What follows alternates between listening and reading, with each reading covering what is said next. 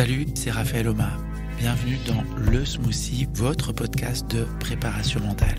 Je vous donne rendez-vous chaque mercredi pour partager ensemble un smoothie et voir quels sont les ingrédients nous permettant d'améliorer notre bien-être et nos performances.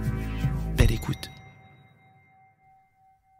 Salut les smoothers, les smootheuses, c'est Raphaël. On se retrouve pour l'épisode 172 du smoothie et nous allons revenir sur les émotions. Je ne sais pas si vous vous souvenez, mais j'ai sorti un épisode il y a quelques temps. Alors, je crois que c'était courant mars, un épisode sur le fait de maîtriser ses émotions clés pour une gestion constructive. Donc, en mars, épisode 166. Et là, je vous propose d'une certaine façon une suite d'un smoothie sur les émotions. Et cette fois-ci, je voudrais vous proposer un modèle qui pourrait vous permettre de développer votre intelligence émotionnelle. Et ce modèle que j'apprécie beaucoup s'appelle le modèle ICERU. ICERU, donc I, la lettre I, la lettre C, la lettre E, R et U après. Alors, je suis un peu embêté parce que je suis incapable de vous dire qui a créé ce modèle, le modèle ICERU, mais je le trouve très intéressant dans le cadre d'un développement d'intelligence émotionnelle. C'est un outil que je propose parfois à des sportifs que j'accompagne. C'est un outil qui peut tout à fait se décliner, tout à fait se proposer aussi à des enfants. Alors, je ne travaille pas avec des enfants, mais j'ai des enfants, donc parfois je peux être amené aussi à lire leurs émotions à travers ce modèle, le modèle donc ICU. Je vous propose directement d'illustrer en fait ce processus en prenant un exemple. Imaginez par exemple que vous avez une présentation importante à faire dans le cadre de votre travail, une présentation peut-être dans le cadre d'une réunion importante où vous faites une conférence en lien avec votre travail et vous avez de l'anxiété. Voilà, d'un coup, vous avez de l'anxiété à l'idée de devoir faire cette présentation orale et qui est importante pour vous. Alors, de quelle manière peut nous aider ce modèle ICERU, Donc le I, c'est pour identifier mon émotion, pouvoir l'identifier le plus tôt possible. Et ça, finalement, c'est notre première étape. Dans ce cas précis, là, c'est identifier que je ressens de l'anxiété. Reconnaître ce que nous ressentons, reconnaître que nous ressentons à ce moment-là de l'anxiété, c'est le premier pas pour gérer notre émotion. Le C, c'est pour comprendre. J'ai identifié une émotion et c'est bien de comprendre d'où vient cette émotion. Peut-être que l'anxiété provient de la peur de ne pas être à la hauteur, peut-être qu'elle provient de la peur du jugement, de la peur de la critique, mais identifier l'élément déclencheur peut nous aider à mieux gérer la situation. Le E, c'est pour exprimer. Le fait d'arriver à exprimer cette émotion, à la verbaliser. Alors cela peut être tout à fait interne, c'est-à-dire que je la verbalise en discours interne. Voilà, je valide le fait que je ressens actuellement de l'anxiété.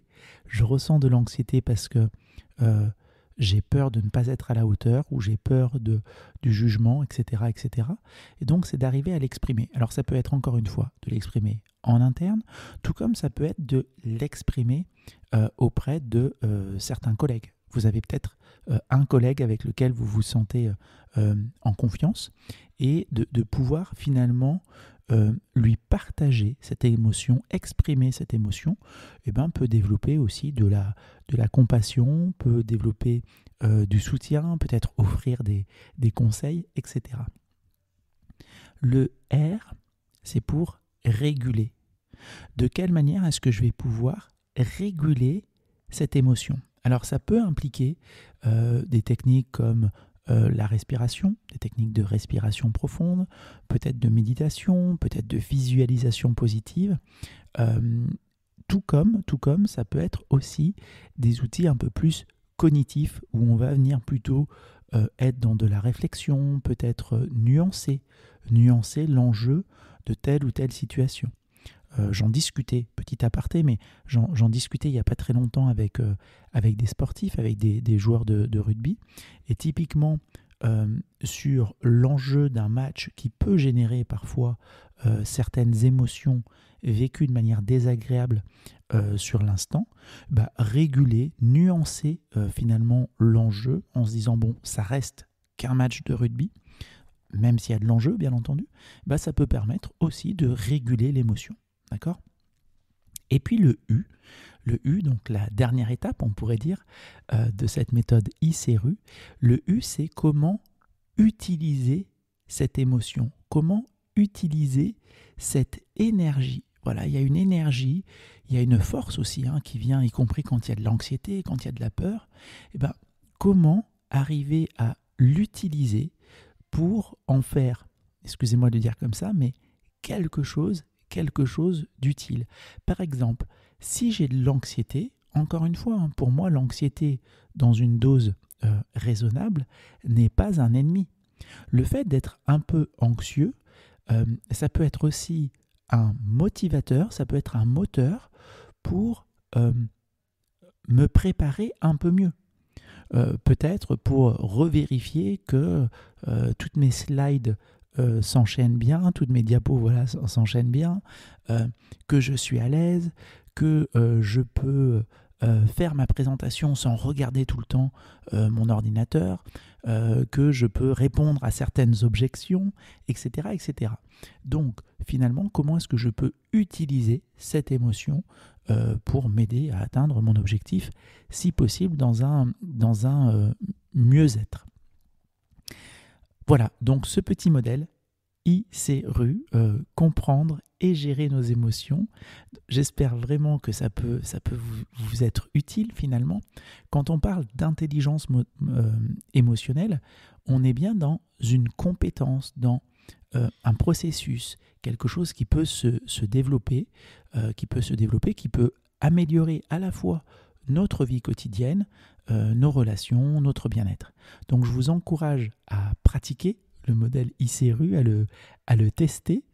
Et puis je serai ravi de voir comment est-ce que éventuellement il peut transformer votre expérience émotionnelle. Merci les amis d'avoir écouté le smoothie jusqu'au bout. N'oubliez pas de bien rester connecté, de partager peut-être ce petit modèle ICRU. J'espère qu'il pourra vous être utile. Et puis, on en a fait aussi un article sur LinkedIn. Donc, n'hésitez pas aussi à regarder sur LinkedIn à Raphaël Oma et allez voir un peu cet article si vous préférez la lecture. Voilà, à très bientôt. Salut. Merci d'avoir écouté cet épisode jusqu'au bout. Ce smoothie vous a plu? Alors partagez-le avec des proches ou mettez-nous la note de 5 étoiles sur votre plateforme d'écoute. Et si vous le souhaitez, poursuivons la dégustation de smoothie ou échangeons sur les réseaux. Je serai ravi d'avoir vos retours et vos questions.